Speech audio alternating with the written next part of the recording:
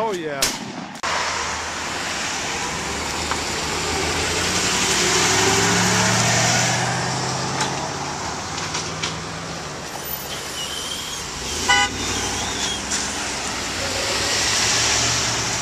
Okay. Get the hell out of my way. I'm on my way to McDonald's. It's a lot of houses for sale in some of these nicer neighborhoods. Especially like this one. Sort of reminds me of Detroit. I like the brick design. Hey guys, I just wanted to ask you guys some questions about my AK, but first let me just remind you guys that getting medical pads and dressings, very important. The medical aspect, first aid aspect of prepping is something that is pretty much understated in this community. A lot of people focus on this and not enough on the other things.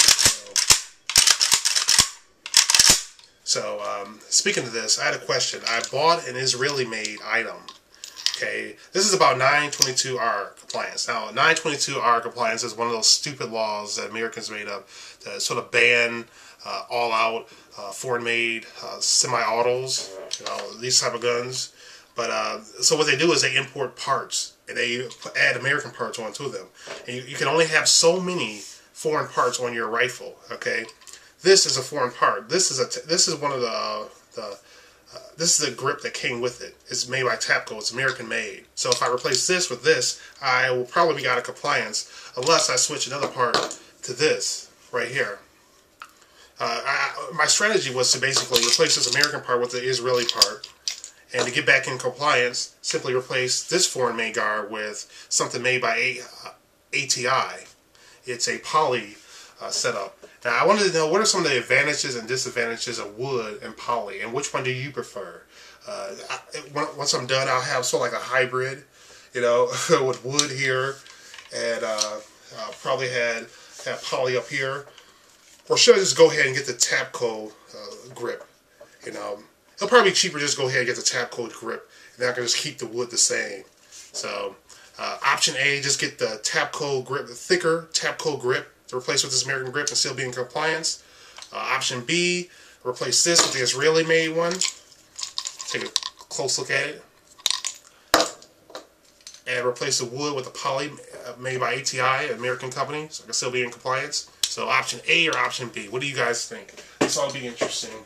Alright, thanks for watching, thanks for listening, and don't forget the future belongs to those who prepare for it today. Hey guys, why don't you watch me and Nick on the roof?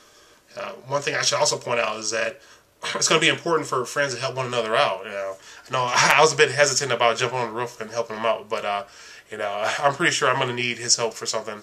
He helps me out every once in a while, and I help him out every once in a while, and I think that's going to be something that's very common in this country. So check it out. Yeah, definitely making some progress here. Look at this.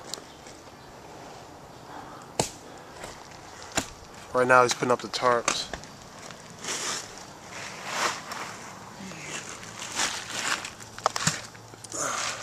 Did you guys hear about that story about that guy, that roofer? Well, I think his aunt paid him to get on the roof and do some repairs. It was falling, right? But he caught himself, but he got stuck in a whole bunch of tar.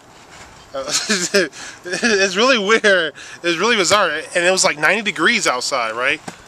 And and he was stuck up there for like 2 hours. The guy was cooking too. I was like, wow. Well, cooking, yeah, practically. I mean, he was up there for 2 hours. They called the fire department, and they finally got him off. Who? He lived? Oh yeah, he's all right. Went to the hospital. So, yeah, I got a lot of respect for what roofers do. I could never be one. Ever.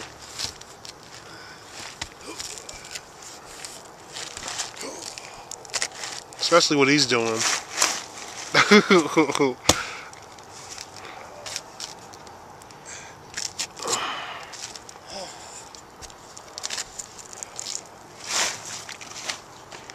I mostly just pass stuff to him. Some shingles. Cut some of the paper down there. Bring it up. Bring the shingles up. bringing the shingles up is a pain in the ass.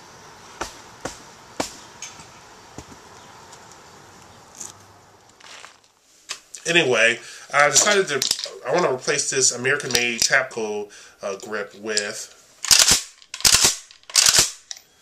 an Israeli-made one. But you have to stay compliant with the 922R because they require that you have a certain amount of American parts on your rifle. So I decided it might be a good idea to replace this wood with some poly. Now, what are some of the advantages and disadvantages of wood and poly furniture? I want to get an ATI Strike Force handguard to sort of make sure the gun is still in compliance, because if I replace the American part with an Israeli part, I want to add at least another American part by removing another foreign-made part. So I should be in compliance. What do you guys think? What do you guys think about wood and poly anyway? I was worried about the handguard heating up. After 200 rounds, it would sort of get really, really hot. So I wonder if I'm going to have that problem with the ATI Strike Force. I'm sure that some of you guys have it, so you guys tell me what you think.